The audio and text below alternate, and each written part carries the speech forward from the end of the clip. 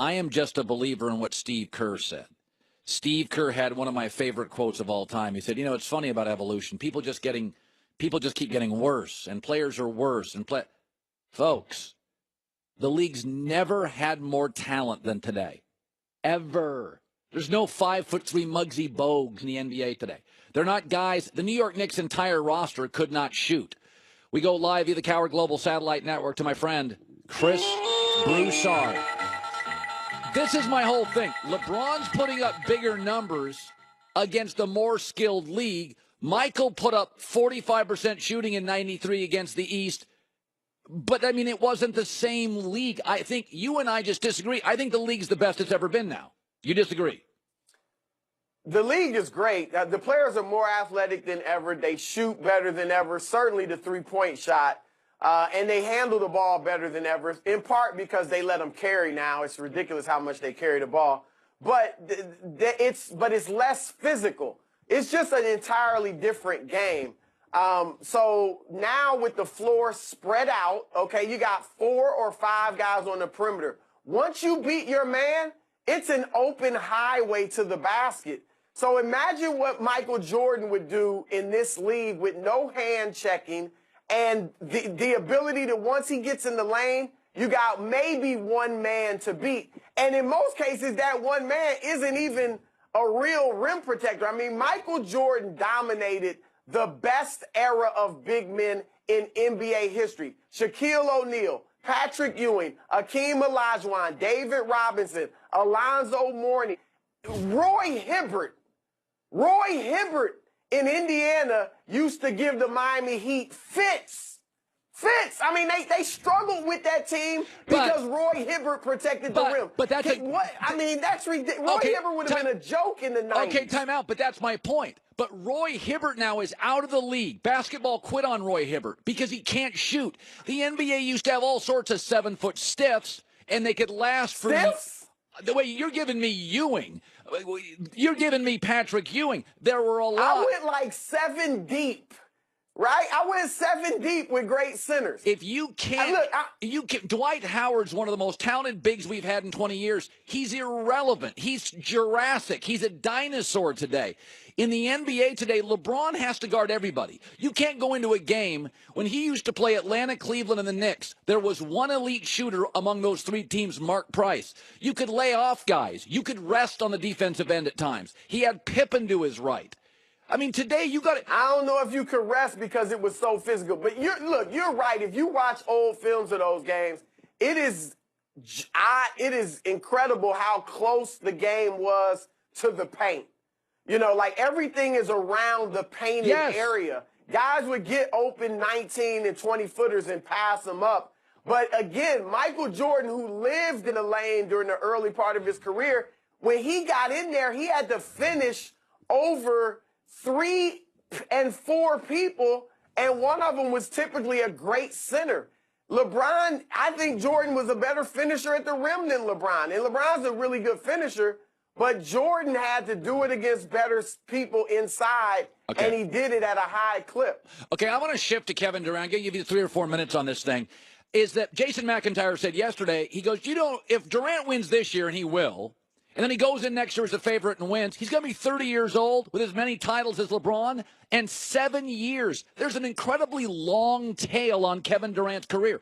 Is because LeBron's so iconic, we've overlooked Durant. I believe 1 year and 3 weeks away from today, Durant's winning his 3rd straight championship. He's going to be 30 with 7 to 8 years left. Can he end up being a top 5 player? Man, I think that's a great point. I got to give J-Mac some credit. That's the first good take I've actually ever heard from J-Mac. But it really depends on how many rings he's winning. And you remember 2 weeks ago I was on your show, and I said in 10 to 15 years, LeBron will be viewed as the undisputed GOAT the way Jordan is today. Yeah. Because things get blurry. Nobody will say, he joined a super team or created one in Miami. They'll just look at the rings and the accomplishments. Well, look at Durant. Again, it's going to get blurry. And you're not going to think as much about, he joined a 73-9 team that was already a championship team. He clearly has become the best player on this team. And if Steph continues to have his ups and downs in the playoffs and Durant is just straight, consistent 28 to 30 points a night, then this will become more and more viewed as Kevin Durant's team. So, yeah, if they can keep this going and he wins, what if he ends up with 5, 6 rings? I mean, it's going to be tough for them to keep this going. Hey, listen, let me say this about LeBron. This is where I think in the LeBron-Jordan debate, another feather in Jordan's cap is that once he started winning, no one else ate, meaning no one else got to eat championships, got to win championships. He kept all of the all-time greats from winning. Shaq, Ewing, Olajuwon, Barkley, Karl Malone, John Stockton, Reggie Miller. I could go on and on. LeBron hasn't done that. I mean, Dirk Nowitzki got his. And old Tim Duncan got his on LeBron's watch. Durant, Steph Curry, they're all getting theirs. LeBron, the way LeBron locked down the East, and no one else gets to the finals in the East while I'm here. Well, Michael Jordan did that with the entire league. So I think when people look back, this is why I think LeBron can't, this summer, he can't say, you know what, I want to go to Hollywood and just, enjoy myself and live in L.A. If I don't win, so what? Well, you got this guy Durant now on your heels, and in 15 years when people look back and they say, okay, LeBron had all the individual numbers, but he only had 3 rings. Durant's got 6 in the same era. A lot of people might put him ahead of LeBron, so that's why LeBron needs to go to Philly and win some rings and beat Kevin Durant. I knew it was going to finish with a shot at the Lakers. By the way, 40 seconds left. Saturday morning, L.A. Times, a story was planted. Lonzo, Brandon Ingram, Kyle Kuzma will trade anybody. I thought it was a signal to LeBron. Jason Whitlock said it was a signal to LeVar Ball. What did you make of that story? 40 seconds.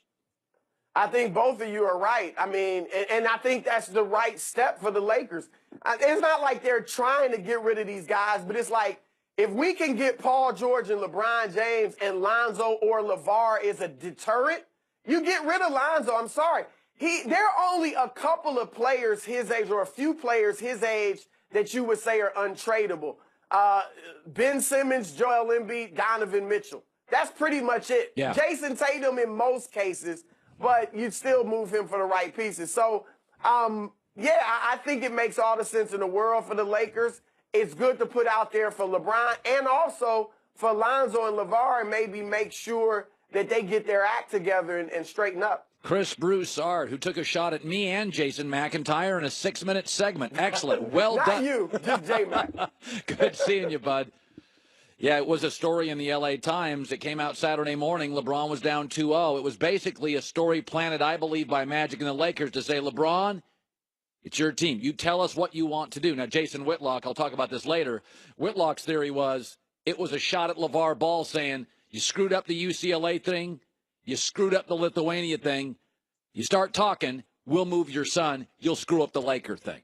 Whitlock's like, that was a shot at LeVar Ball. Very interesting. Coming up next, you think I'm nuts. You think I'm crazy. Just because I added a beer to him.